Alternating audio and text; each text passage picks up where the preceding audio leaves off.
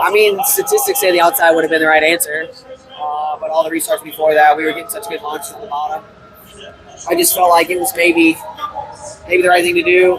I'll go back and look at it. Aric obviously had a fantastic launch there on the top, and really was able to kind of roll up and get more evenly than I thought he was going to be able to. And just got down to one, and the hard part is they're doing it right now. They're blowing the marbles right across in front of the drivers, and you got hot tires to pick it all up. And I hadn't been free on entry all day, and going under the 1 and basically back into the side of the 19 car. So, it's disappointing. At the same time, we all have the same race truck, all the same day. And, I'll take this on the shoulders and figure out what I can do today. And, we might be in that same scenario a couple of months from now. We get out here racing. So, I'll go back and look at the coach, really watch the feedback, and know what I can do better. Bob did come over and say, we apologize for the kick lights came over here. Yeah, I mean, that's a bad spot to be in, right? Like, nobody wants to cause a caution. Nobody wants to be in that position. And, especially when, the leader's out front and got a 2-second lead or 2.5 lead or whatever it is, right? Through to go. But it's just how this place is. We did a left-rear tire in the spring last year with 3 laps to go or 4 laps to go. Probability of a caution in that last 5 laps is really high, and you got to know that. You hope it doesn't happen when you're leading, but it's how it goes. And like I said, I'm proud of our team. The team did everything I could ask for them to do. They brought a race car that was absolutely phenomenal. I think we showed that. The middle part of the run, I don't know that there was anybody that could hang with us. We're gonna have to do a little work on the long run if we get one of more of those in the fall race. Aric did a great job, but really, when it all comes down to it, I'm really proud of the effort that we put in. You have kind of an odd relationship with this place. When that caution came out, were you like, here we go again? Yeah, I mean, I want to love this place. I won a championship here. We've won races here. We've done all the right things here.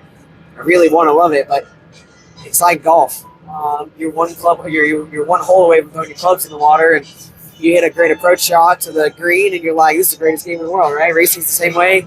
And this racetrack's the same way. You come back here every time thinking you're going to do it differently, or you're going to do it better, or you're going to do whatever. And stuff like that happens. So we have a running joke that as a 17, we don't make it easy.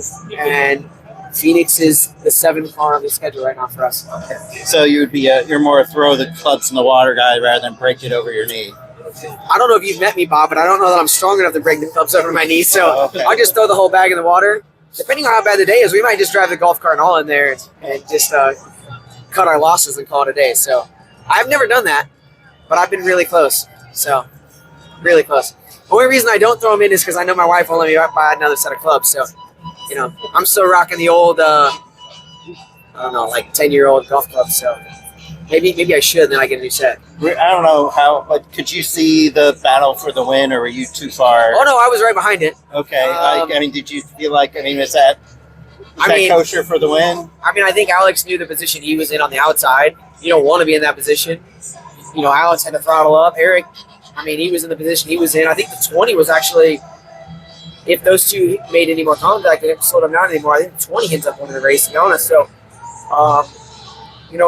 you're in a tough spot there, but at the same time, made for great racing for the fans. And I think it's a preview we're going to see, come later on in the year when we get back here for a championship. And that same move has happened 1,000 times here, whether it be for a win or a championship, whatever. I think at this point, Bob, everything's fair game. We are a full contact sport. I don't know that there are any rules anymore. So either way, though, I thought that I'll let Aric have the better car. And I took that away from him by what happened at 1 and 2. So, I'm glad he was able to get back up there and win, right? Aric and I have been friends for a long time. So I was glad to see him be able to rebound. But I'd much rather see myself in victory lane. So, see. And that, give me if you already answered this. It was kind of hard to hear that for a little bit. What happened down there in turn 1, 2, down the line?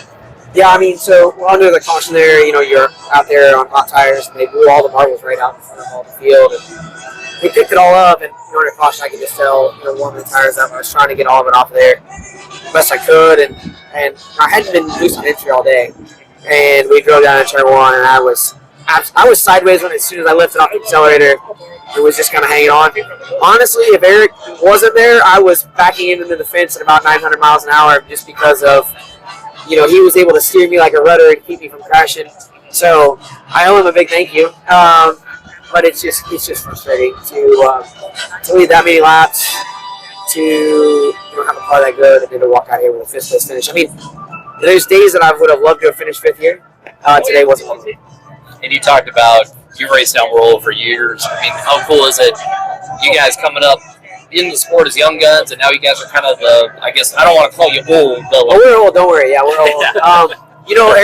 Aric, when he was deciding what he was going to do for kind of the next chapter of his career, we talked a lot.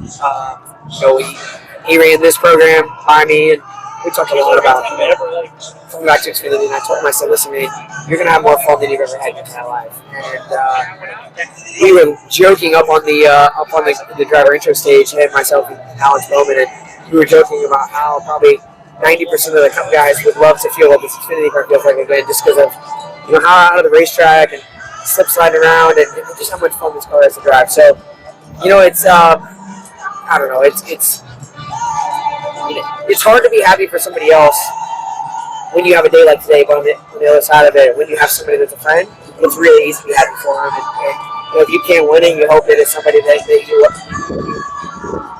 love to respect, and he's a race car driver. Seeing Abby and Alex here and being able to watch them go to victory lane, like, those moments are special. You're never going to get those back. The Vivid EV Anthem is the essence of American spirit.